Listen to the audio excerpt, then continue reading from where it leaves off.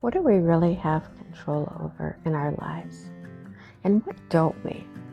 You know, we spend a lot of energy as humans trying to get control, to feel like the future is predictable, like we know what's going to happen, that we're in charge of it all. And there can be so much anxiety associated with trying to control things that are actually out of our control. And so I want to talk about that because the way we set goals is often as if we have control over all the other people in our town, in the world, in our family even. And this can lead to feeling like we're a failure for no reason, feeling like we're a failure because we didn't control what other people did. And so learning to focus on what we have control over is the path to feeling successful easily, daily, and putting our efforts in the right direction. Not putting our efforts toward areas that we don't have control and we will feel, like I said, ineffective, and this can turn into anxiety, worry about what others are doing. And this is just not in interpersonal dynamics, but in the sense of colleagues, co-workers, people working on a project with us, people we want to hire us, promote us, give us a raise, people that we, think should be doing certain things to meet our needs, to make our dreams come true, so to speak. And, people just have their own agendas. And we have a role to play for sure. And, when we know what that role is and we work on the quality of our own contribution to reaching a goal, as I said, more effective, we feel more satisfied, and we are able to let go of the worry or stress about what others are going to do and just not put our energy there. Allow people to do what they are going to do. Not that we don't try to persuade at times or make an argument for or,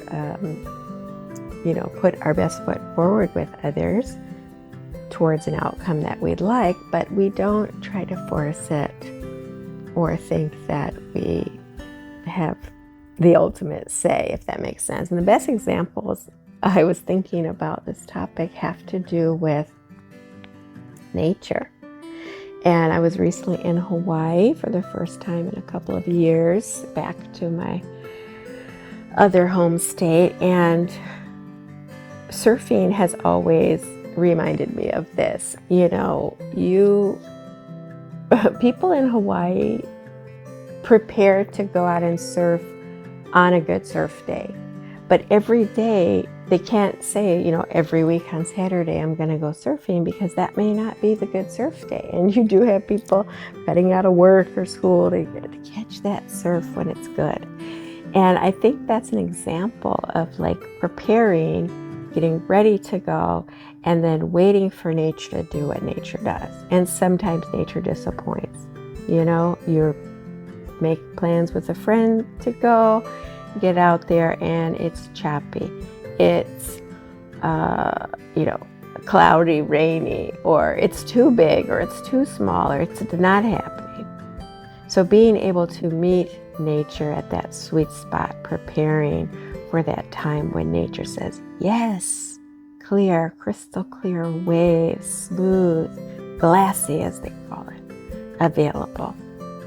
And then you go. You have the energy, you have your stuff packed, you have the timing right for your schedule, your thing, and then it works. And then it's a win. The other example is the volcano. We got to see the volcano erupting, and the reason we did that is we were able to do that. We had to fly from one island to the other to do that.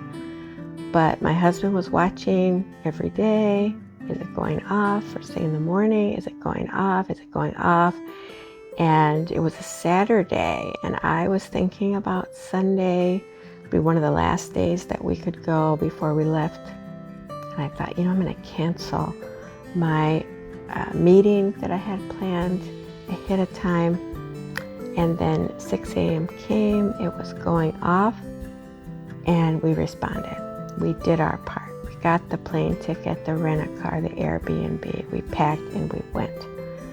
So we met nature where it was, and by 5, 6 in the evening, it was done.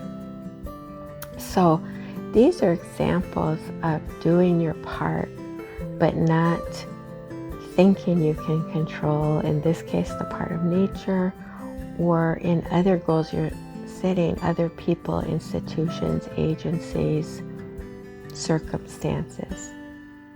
So, you think about it. Talk to you soon.